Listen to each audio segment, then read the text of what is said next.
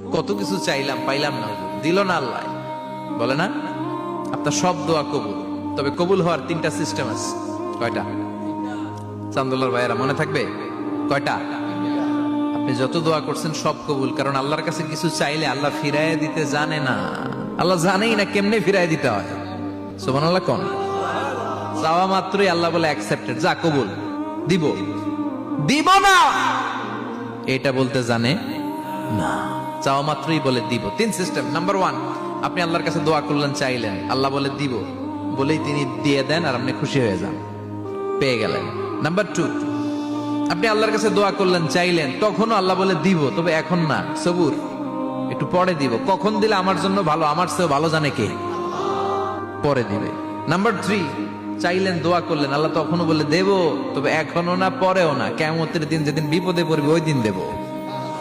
যেদিন তোর বাবা তোরে চিনবে না, তোর মা তোরে চিনবে না, বন্ধু বন্ধুরে চিনবে না, পীর সাহেব মুরিদরে চিনবে না, মুরিদ পীর সাহেবরে চিনবে না, ইমাম সাহেব মুসল্লিরে চিনবে না, মুসল্লি ইমাম সাহেবরে চিনবে না, কেউ কাউরে চিনবে না। ওই কঠিন দিনে তোরে আমি বাঁচাইয়া দেব। তাইলে দোয়া যা করছেন ছোটবেলা থেকে আজকে পর্যন্ত, লস হয়েছে না লাভ? লস না লাভ? এজন্য বেশি বেশি দোয়া করার দরকার আছে না নাই?